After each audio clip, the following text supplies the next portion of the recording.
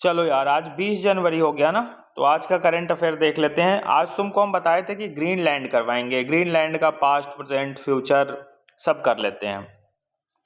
तो पहली बात तो ये जानो, ग्रीनलैंड को हम कलालित नुनात नाम से भी जानते हैं। तो वो पूछ दे कलालित नुनात रिसेंटली सीन इन न्यूज, तो ये ग्रीनलैंड का ही नाम है। अब कलालित नुनात इसका नाम क्यों पड़ा? तो ये कलालित एक कम्युनिटी का नाम है। ये लोगों की एक कम्युनिटी है जो कि ग्रीनलैंड में रहती है। ठीक, अब मैप देखो यार, तो मैप कुछ है नहीं। ये वाला जो पोर्शन तुमको दिख रहा है यहाँ तक का, ये पूरा रसिया है। ठीक, रसिया के ठीक नीचे ये जो तुमको दिख रहा है ये फिनलैंड है, और ये जो दिख रहा है ये वाला कंट्री ये नॉर्वे है। और नॉर्वे के बीच में देखो, ये जो हम रेड रेड लाइन डिमार्केशन बनाए हुए हैं ना, ये ग्रीन वाला पार्ट जो अभी बना रहे हैं ये स्वीडन है। ठीक, और देखो बीच वाला ये जो हिस्सा दिख रहा है यही है नॉर्वे, ये सॉरी ग्रीनलैंड। और यहाँ पे हमने लिखा है डेनमार्क कंट्रोल्ड ग्रीनलैंड। ये क्यों लिखे हैं अभी आगे बताएंगे। तो ये वाला जो हिस्सा है ना यही है हमारा ग्रीनलैंड। ठीक, अब ग्रीनलैंड का ये वाला पॉइंट देखो, इसको हम कहते हैं नुक। ये कैपिटल सिटी है, ये ग्रीनलैंड की कैपिटल यही है, नुक। ठीक, ग्रीनलैंड के ठीक बगल में यहाँ पे ये बैफिन बे है, और इस साइड से आर्टिक ओशन है, इस साइड से अटलांटिक ओशन है। ये रहा हमारा आइसलैंड, ये आइसलैंड वाली एक देश है। और ये जो ऐसे सर्कल बना हुआ है, ये जो ऐसे तुमको सर्कल बना हुआ दिख रहा है ये वाला, ये ग्रीन से जो अभी हम सर्कल बनाए, इस सर्कल का नाम है आर्टिक सर्कल। तो ये हमारा पूरा मैप था। अब मैप के कुछ नीचे भी है, देखो असली चीज़ तो अब आया जो बवाल कर रहा है। ये यूएस, ये इधर यूएस और ये कनाडा है। ठीक, और इधर फिर अटलांटिक ओशन हमारा चलता है। इसी ग्रीनलैंड के नीचे कनाडा यूएस है। तो मैप समझ में आ गया तुमको, देख लिए मैप। कुछ बेसिक फैक्ट ये वाली बताए हैं, ये बैफिन बे बताए हैं, ये ध्यान रखना। नुक डेनमार्क की कैपिटल सिटी, मतलब ग्रीनलैंड की कैपिटल सिटी है। ठीक है, अब यही है हमारा ग्रीनलैंड का हिस्सा, बीच में है एकदम, मतलब ये आर्टिक सर्कल से बिल्कुल कवर्ड है, ये ध्यान रखना इस बात को। और ये जो ग्रीनलैंड है उसकी कैपिटल सिटी है। और ग्रीनलैंड हम लिखे हैं डेनमार्क कंट्रोल्ड ग्रीनलैंड। ये क्यों लिखे हैं अभी आगे तुमको हम बता रहे हैं। ठीक है, हम बोले ना ग्रीनलैंड का इतिहास, वर्तमान, भूत, भविष्य सब बताएंगे। चलो मैप देख लिए, अब आ जाओ।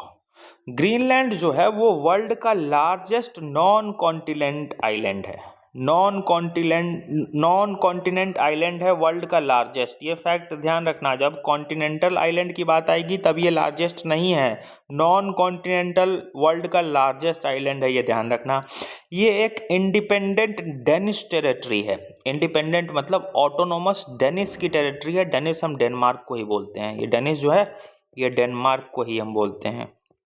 तो अब समझ में आया, उसको हम डेनमार्क कंट्रोल्ड ग्रीनलैंड क्यों लिखे हैं, क्योंकि ये इंडिपेंडेंट है, अपने आप में तो इंडिपेंडेंट है, ऑटोनोमस है, लेकिन है किसकी टेरिटरी? डेनमार्क की टेरिटरी है, डेनिश टेरिटरी है। बॉर्डरिंग एरियाज इनके देख लो, तो आर्टिक ओशन है, ग्रीनलैंड सी है, और बैफिन बे से ये बॉर्डर्ड है। देखो ना, आर्टिक ओशन, बैफिन बे, और इसी रीजन के आसपास ना ग्रीनलैंड सी है। ठीक, तो ये बॉर्डरिंग एरियाज तुमको हम बता दिए। नुक कैपिटल है किसकी? ग्रीनलैंड की। देखो ये नुक बता दिए, ये कैपिटल है ग्रीनलैंड की। और देखो, और यही बैफिन बे के पास ना एक स्ट्रेट पास करता है, डेविस स्ट्रेट। पूछ देगा Davis Strait recently seen in news, ये कहाँ लोकेटेड है? तो भैया ग्रीनलैंड के पास एक बैफिन बे है, इसी बैफिन बे के पास ये डेविस स्ट्रेट लोकेटेड है। अभी ग्रीनलैंड की पार्लियामेंट ने एक लॉ पास किया है। क्या पास किया है? Limiting foreigners right to own property on island. मतलब ये फॉरेनर्स को लिमिट कर रहा है, फॉरेनर्स के राइट को लिमिट कर रहा है कि कोई भी फॉरेनर्स डेनमार्क के आइलैंड पे आकर प्रॉपर्टी नहीं खरीद सकता है। मतलब हम अगर डेनमार्क जाएंगे तो हम अगर ग्रीनलैंड जाएंगे तो हम तो ग्रीनलैंड के लिए फॉरेनर हुए, तो हम वहाँ जा सकते हैं, घूम सकते हैं, लेकिन वहाँ प्रॉपर्टी नहीं खरीद सकते हैं। ऐसा ग्रीनलैंड की पार्लियामेंट ने एक लेजिस्लेशन लाया है। ठीक, अब ग्रीनलैंड को हम पार्ट मानते हैं किसका, considered as part of North American continent. ये नॉर्थ अमेरिकन कंटिनेंट का पार्ट है जो कि नॉर्थ अमेरिका और यूरोप के बीच में लाई करता है, ठीक है। और कहाँ लाई करता है, नॉर्थ अटलांटिक ओशन में। ये देखो ना, इसके चारों तरफ तो अटलांटिक ओशन ही है। ये पूरा वाला एरिया जो है ना, ये अटलांटिक ओशन है। ये दिख रहा है तुमको, ये पूरा अटलांटिक ओशन है। ये इधर पूरा आर्टिक ओशन है। ये पूरा इधर ऐसे आर्टिक ओशन भरा हुआ है, ठीक। और देखो, ये बता दिए तुमको।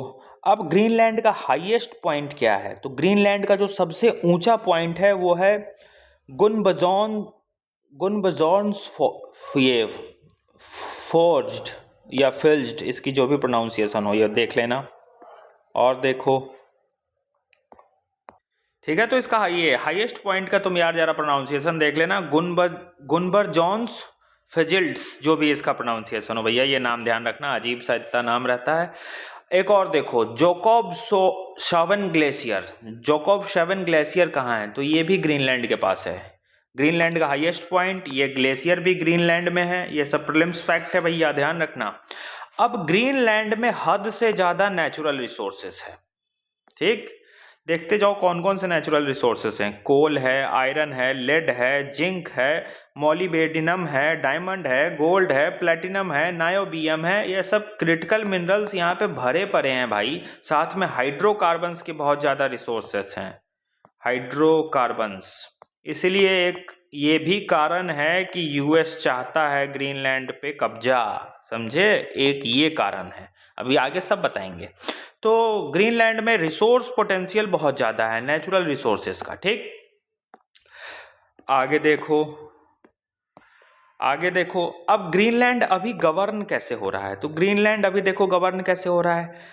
ग्रीनलैंड एक इंडिपेंडेंट टेरिटरी है, डेनिश टेरिटरी है, ऑटोनोमस डेनिश टेरिटरी है। तो डेनमार्क है ना, डेनमार्क ग्रीनलैंड का डिफेंस, फॉरेन अफेयर्स और करेंसी, ये तीन चीज कौन गवर्न करता है, तो डेनमार्क गवर्न करता है।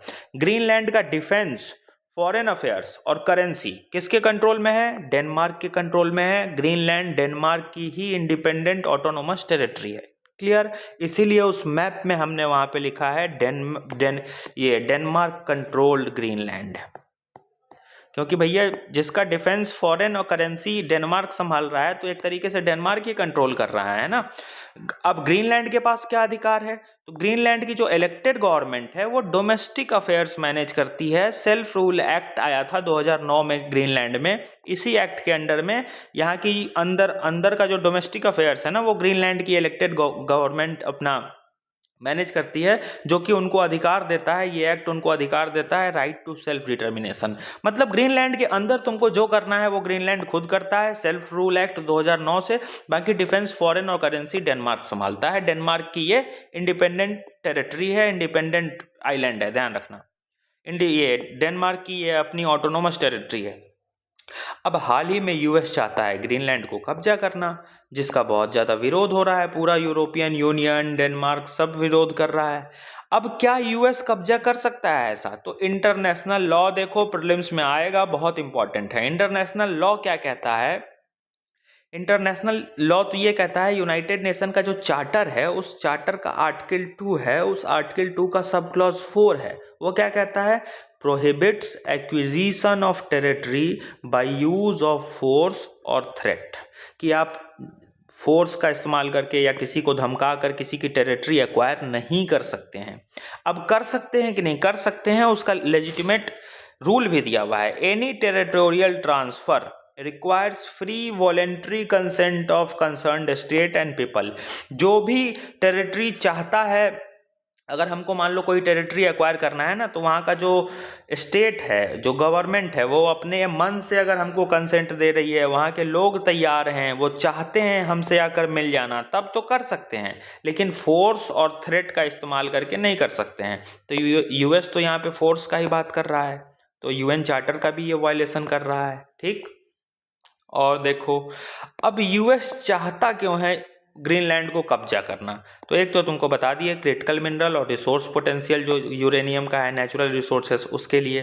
दूसरा, यूएस चाहता है अपनी डिपेंडेंसी चाइना पे कम करना। पूरे दुनिया का क्रिटिकल मिनरल्स का प्रोसेसिंग 85% से ज़्यादा चाइना कर रहा है और पूरी दुनिया इस पे डिपेंडेंट है। तो यूएस अपनी डिपेंडेंसी चाइना पे कम करना चाहता है कि चाइना से क्रिटिकल मिनरल्स उसको ना लेना पड़े, इसलिए जहाँ जहाँ क्रिटिकल मिनरल्स है उस एरिया को ही ले लो। तो ग्रीनलैंड उसमें से एक है, दूसरा कारण। तीसरा क्या कारण है? Close proximity with Arctic. देखो ग्रीनलैंड कितना क्लोज है आर्टिक सर्कल के, मतलब आर्टिक सर्कल के अंडर ही पूरा ये आता है ग्रीनलैंड। तो ग्रीनलैंड बहुत क्लोज प्रॉक्सिमिटी में आता है आर्टिक के। और इस आर्टिक रीजन में रसिया और चाइना का प्रेजेंस है। तो यहाँ पे रसिया और चाइना के प्रेजेंस को काउंटर करने के लिए भी यूएस चाहता है कि ग्रीनलैंड पे हम कब्जा कर ले। एक और कारण है, blocking Russia's way to reach US via land in future. ये रसिया का रास्ता भी ब्लॉक करना चाहता है कि रसिया कभी यूएस पे लैंड के सहारे अटैक न कर पाए। देखो कैसे, देखो ये हमारा यूएस वाला रीजन है, ये हमारा यूएस वाला रीजन है और ये रसिया है। तो रसिया अगर यहाँ से आए, डेनमार्क पहुँच जाए, तो डेनमार्क से लैंड के थ्रू फिर वो यूएस पे अटैक कर सकता है। तो यूएस चाहता है कि इस डेनमार्क को ही हम कब्जा कर ले, तो रसिया जब यहाँ से निकलेगा वहीं से हम इसको न्यूट्रलाइज कर लेंगे। तो ये रसिया का रास्ता भी ब्लॉक करना चाहता है कि डेनमार्क के थ्रू, ये ग्रीनलैंड के थ्रू रसिया कभी यूएस पे अटैक न करते। इसलिए यूएस चाहता है कि इस डेनमार्क को ही हम अपना मिलिट्री बेस बना ले, ताकि पूरा नज़र ऐसे रसिया पे हम बनाए रखें। समझ में आ रहा है? पूरा एक बार और से देखो इसको, पूरा नज़र यूएस यहाँ डेनमार्क से पूरा ऐसे, मतलब ग्रीनलैंड से पूरा ऐसे नज़र रसिया पे ऐसे बनाए रखेगा। इसलिए चाहता है इसको कैप्चर करना, ताकि रसिया का वे को ब्लॉक कर दिया जाए। ठीक, अभी तो रसिया अगर चाहेगा तो ऐसे समुद्र से आएगा, डेनमार्क पहुंचेगा और डेनमार्क से फिर ऐसे आके अटैक कर सकता है, या डेनमार्क में रह के भी उसके पास इतने टेक्नोलॉजी हैं कि दूर से भी वो अटैक कर सकता है। और यूएस ये भी चाहता है कि रसिया के पास लैंड का सहारा ना हो, ये लैंड है ना, तो लैंड का सहारा ना हो यूएस पहुंचने के लिए। यूएस चाहता है कि रसिया कभी आए भी तो खुला ओशन में आए, क्योंकि यूएस की नेवी ज़्यादा स्ट्रांग है, ठीक, in comparison to its armed forces, ये ध्यान रखना। और दूसरा चीज़ जो मेन तुमको बताया कि अगर यूएस यहाँ बैठ जाएगा तो वो सीधा रसिया को खुलेआम देख सकता है ना। देखो ऐसे यहाँ बैठेगा तो खुलेआम पूरा रसिया देखेगा वो, कि रसिया का कोई भी मूवमेंट है तो दूर से वो न्यूट्रलाइज कर देगा। इसलिए यूएस चाहता है इस डेनमार्क पे कैप्चर। तो वाई यूएस वांट, ये समझ में आ गया। अब कल तुमने न्यूज़ देखा होगा हिंदू में कि फ्रांस, यूरोपियन यूनियन अपने अपने ट्रूप्स भेजे हैं ग्रीनलैंड पे, और उसको इन्होंने नाम दिया है रिकॉन्सनेंस मिशन। और ये रिकॉन्सनेंस मिशन ये दिखाता है कि ये लोग जो हैं ये ग्रीनलैंड को डिफेंड करेंगे यूएस से। ठीक है, ये कहानी तो यार आज से 10 दिन पहले तुमको हम बता दिए थे कि यूएस इतना हल्ला कर रहा है। तुम लोग को क्या लग रहा है सिर्फ यूएस का हल्ला हो रहा है? यूएस के बैकड्रॉप में क्या चीज़ें चल रही हैं तुम लोग को अभी पता नहीं है। हम बताए थे यूरोपियन यूनियन, जॉर्जिया, इटली, रसिया, इंडिया सब कोलैब कर रहा है, सब कोलैब कर रहे हैं।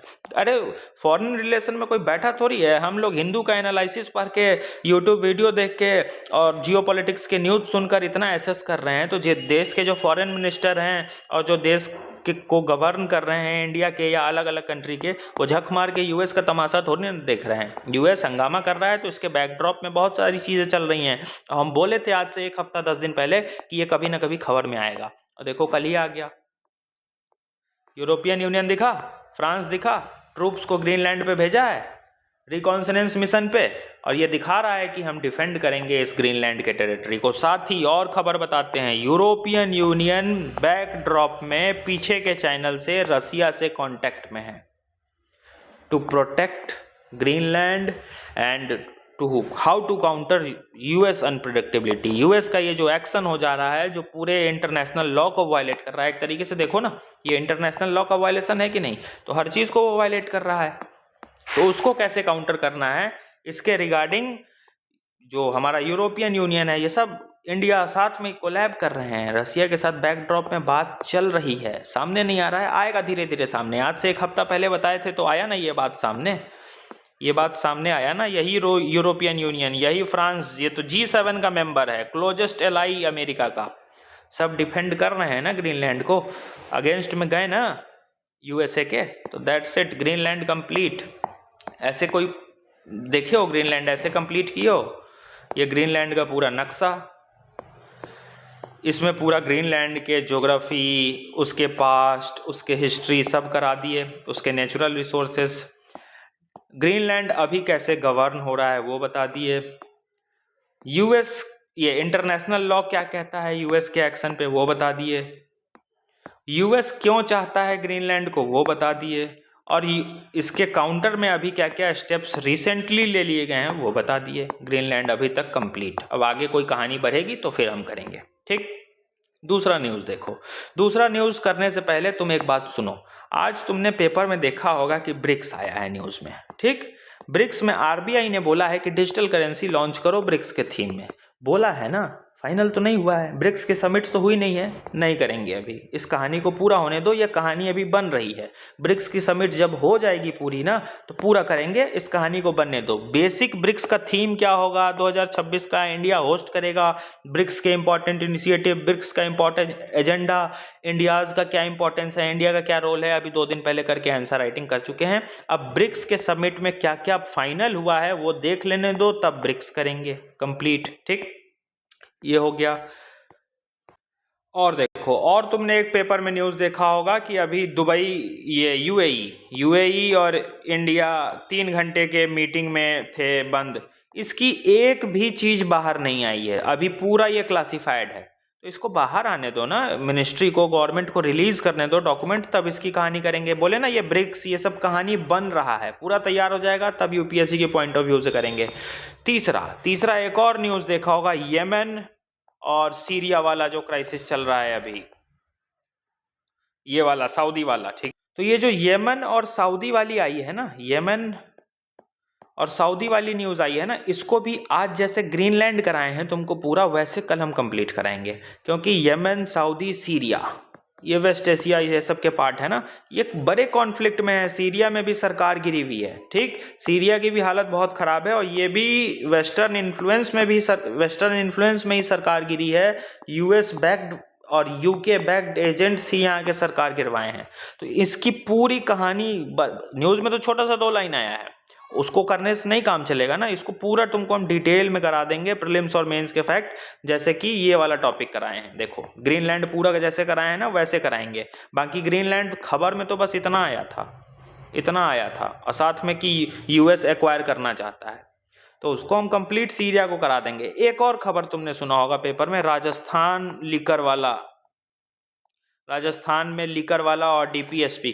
तो भैया डीपीएसपी में Gandhian directive principle of state policy है कि हमको इंटॉक्सिकेंट ड्रिंक्स का कंजम्पशन नहीं करना है, लेकिन अगर कोई इंटरव्यू में पूछे, आंसर राइटिंग में पूछे क्या कि लीकर को बैन कर देना चाहिए, तुम्हारा जवाब होगा नहीं करना चाहिए, देश बैठ जाएगा, इकोनॉमी शट डाउन हो जाएगी, ठीक, इकोनॉमी शट डाउन हो जाएगी सीधा, इस पे कोई डिबेट नहीं, लिकर बैन नहीं कर सकते हैं। याद करो कोविड का टाइम, जब सारा खाना पीना राशन सबका दुकान बंद था, 1 हैंड डिस्टेंस मेंटेन करना था, तब तो सरकार को ठेके खोलने पड़े थे दिल्ली साउदर्न स्टेट्स में कि कुछ कमाई हो, ठेके खोल के ही कमाई हुए थे। दारू बंद नहीं हो सकता है, सरकार का कमाई का सोर्स ही दारू और सिगरेट और पान मसाला है, ये बात जान लो, ये कभी बैन नहीं होगा। अगर जिस दिन हो गया उस दिन समझ जाना जो सरकार आई है वो भला नहीं चाहती है, बुराई चाहती है। बिहार सरकार की भी है ना, बिहार सरकार दारू बंद की भी है ना, हजारों करोड़ रुपए का, 20,000 करोड़ सालाना नुकसान होता है, रेवेन्यू का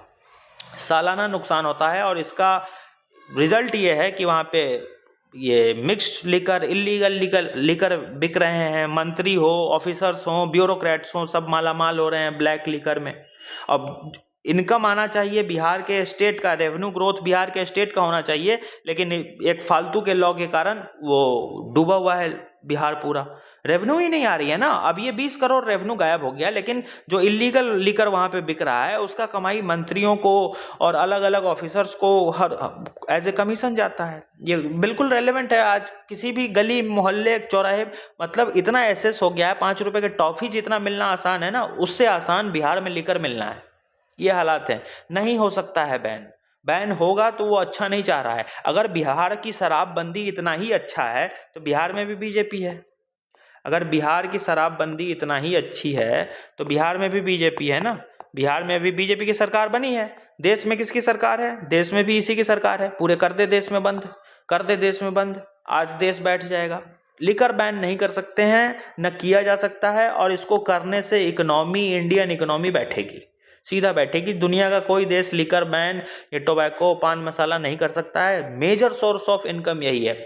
बस तुम ये इससे रिलेट कर लो, कोविड का टाइम था, ये कोविड का टाइम था जब सारे संसाधन बंद थे, लोगों को खाना नहीं मिल रहा है, राशन के दुकान नहीं खुल रहे हैं, लेकिन ठेके के दुकान सरकार खुलवाई थी, पुलिस ऑफिसर्स के ड्यूटी लगवाई थी कि लाइन लगवा कर ठेका चलवाओ। लाइन लगवा कर लोग प्रिंसिपल 1 हैंड डिस्टेंस में ऐसे खड़े रहते थे और दारू खरीदते थे, और एक दिन में साउदर्न स्टेट्स की रेवेन्यू को बैलेंस किया था। एक दिन का लिकर सेल मात्र, लोग कार्टून का कार्टून खरीद के लिकर लेके गए थे। नहीं हो सकता है बैन, सीधा यही जवाब देना। उसमें कुछ पढ़ने जैसा है नहीं। बाकी डीपीएसपी हमारा गांधीयन डीपीएसपी है, वो कहानी हमको पता है। अब आ जाओ आज के मेन दूसरे न्यूज पे, हाई सी ट्रीटी। ठीक है, अब ये हाई सी ट्रीटी देख लो। तो हाई सी ट्रीटी को हम बायोडाइवर्सिटी बियॉन्ड नेशनल जुरिडिक्शन भी बोलते हैं। अब इसको बायोडाइवर्सिटी बियॉन्ड नेशनल जुरिडिक्शन क्यों बोलते हैं? तो भैया इंडिया के बॉर्डर से ही समझते हैं। ये हमारा इंडिया है, इंडिया के इस साइड अरेबियन सी, इस साइड बे ऑफ बंगाल, और ये इंडियन ओशन वाला रीजन है, और ये पूरा इंडियन ओशन है। तो क्या ये पूरा इंडियन ओशन इंडिया का है क्या? पूरा अरेबियन सी, पूरा बे ऑफ बंगाल इंडिया का है क्या? नहीं। Up to 200 nautical miles. Geography में भी पढ़ते हैं, इन्वायरमेंट में भी पढ़ते हैं। जून का करंट अफेयर रिवीजन, जून 2025 का रिवीजन का पार्ट 1 डाले हैं ना, पार्ट सेकंड भी पार्ट सेकंड क्या, वो कंप्लीट पार्ट डल जाएगा आजकल में, वो एकदम हो ही चुका है, 10% बस बचा है। तो हम उसको पार्ट वाइज पार्ट से अच्छा चाह रहे हैं कि एक ही बार इकट्ठा डाल दें, तो ये डालेंगे ना। तो ये सेम टॉपिक, ये सेम मैप के साथ डिटेल में कराए हुए हैं। United Nation Convention on laws of sea बोलता है ना कि कोस्ट लाइन से अप टू 200 नॉटिकल माइल तक का एरिया एक्सक्लूसिव इकोनॉमिक जोन कहलाता है, और यही एक टेरिटरी की जो डोमेस्टिक वाटर होती है ये इतनी ही होती है। इसके बाहर का जितना रीजन है ये हाई सी है। हाई सी मतलब यहाँ पे किसी एक देश की सोवरेनिटी नहीं है, ये ग्लोबल प्रॉपर्टी है, ग्लोबल हेरिटेज है, पूरी दुनिया की संपत्ति है ये। ठीक, पूरी दुनिया इसमें आ घूम सकती है, लेकिन इतने दूर में 200 नॉटिकल माइल तक में इंडिया का ये एक्सक्लूसिव जोन है, इंडिया की डोमेस्टिक वाटर है। ठीक, ये UNCLOS United Nation Convention on laws of sea इसको डिवाइड किया हुआ है। इसको तुमको हम डिटेल में जून के रिवीजन में कराए हैं, करा दिए हैं, वो रिकॉर्डेड है, बस हमको अपलोड करना बाकी है। साथ ही साथ इस 200 नॉटिकल माइल के अंदर का भी तुमको हम डिवीजन करवाए हैं, तो डोंट वरी, वो हुआ है। ज्योग्राफी में भी ये स्टैटिक हम पढ़ते हैं, इन्वायरमेंट में भी पढ़ते हैं, करंट अफेयर में भी तुमको हम करा दिए हुए हैं जून में। वीडियो बस डल जाएगा जून का रिवीजन, उसमें देख लेना। और ये हाई सी ट्रीटी भी कराया हुआ है। ठीक, ये हाई सी इसी को बोलते हैं, ये बाहर एक कंट्री के डोमेस्टिक वाटर को छोड़कर बाहर का जो वाटर है उसको हाई सी बोलते हैं। मतलब यहाँ किसी देश की इंडिविजुअल राइट नहीं चलती है, ये ग्लोबल प्रॉपर्टी है, ग्लोबल हेरिटेज है, पूरी दुनिया की संपत्ति है ये। एक देश का टेरिटोरियल वाटर कितना होता है? 200 नॉटिकल माइल, जिसको हम एक्सक्लूसिव इकोनॉमिक जोन कहते हैं, EEZ। ठीक, अब देखो, अब ये जो ट्रीटी है ना, ये हाई सी मतलब उस समुद्र के लिए ये ट्रीटी आई है जो समुद्र पे किसी का हक नहीं है, जो पूरे दुनिया की प्रॉपर्टी है। तो ये तो नेशनल जुरिडिक्शन के बाहर हो गया ना, इसलिए इस हाई सी ट्रीटी का नाम रखा गया है biodiversity beyond national jurisdiction. National jurisdiction के बाहर ये समुद्र है, अब इस समुद्र में भी तो बायोडाइवर्सिटी होगी। तो वैसा बायोडाइवर्सिटी जो नेशनल किसी भी देश के जुरिडिक्शन के बाहर है उसको हम कहते हैं बायोडाइवर्सिटी बियॉन्ड नेशनल जुरिडिक्शन, और इसी का नाम है हाई सी ट्रीटी। यूनाइटेड नेशन की ये ट्रीटी है, लीगली बाइंडिंग इंटरनेशनल ट्रीटी है। किसके under? United Nation Convention on laws of sea के अंडर ये आता है।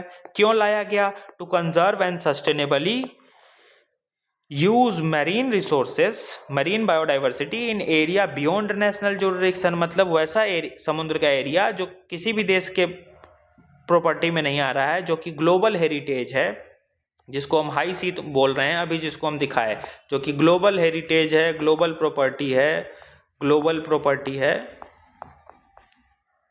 उसके सस्टेनेबल मरीन बायोडाइवर्सिटी यूज, इसके प्रिजर्वेशन के लिए, इसको प्रोटेक्ट करने के लिए ये हाई सी ट्रीटी लाया गया है। अब इस ट्रीटी को बहुत पहले लाया गया था, लेकिन कहा गया था कि हम लागू इसको तब करेंगे जब 60 कंट्री रेटिफाई कर देंगे तब। अब देखो, दो चीज समझो, एक होता है साइन करना और एक होता है रेटिफाई करना। ठीक, रेटिफाई करना,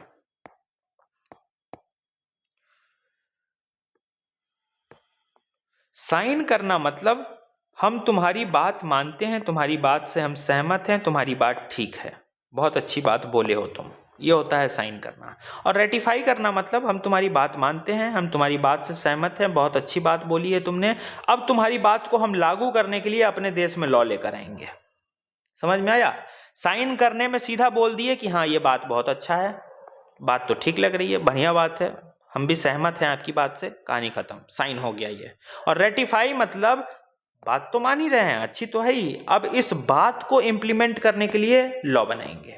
तो जब हम लॉ बनाते हैं किसी बात को इम्प्लीमेंट करने के लिए, उसको रेटिफाई करना बोलते हैं। ठीक, तो अगर कुछ बोल दे कि इंडिया बस साइन किया है, तो समझ जाना कि हाँ इंडिया कह रहा है कि ये बात ठीक है, लेकिन इंडिया अभी इसके लिए कोई लॉ डोमेस्टिक लेवल पे नहीं बनाएगा। लेकिन जब कहीं कह दे कि इंडिया साइन भी किया है, रेटिफाई भी किया है, मतलब इंडिया इस बात से सहमत भी है और अब इंडिया इस बात को इम्प्लीमेंट करने के लिए लॉ भी बनाएगा। ठीक, तो इस हाई सी ट्रीटी को लागू करने के लिए एक कंडीशन थी। कंडीशन क्या थी? जब 60 देश, पहले 60 कंट्री जैसे ही इसको रेटिफाई करेंगे, ये फोर्स में आ जाएगा। ये कंडीशन थी, will come in force when 60 country ratify it. मतलब बोला ये गया था कि ये फोर्स में तभी आएगा जब 60 देश इसको रेटिफाई करेंगे। तो अभी कर लिए हैं 60 देश रेटिफाई और ये फोर्स में आ गया है। इंडिया सिर्फ अभी साइन किया है, इंडिया सिर्फ अभी साइन किया है, रेटिफाई नहीं किया है, ध्यान रखना।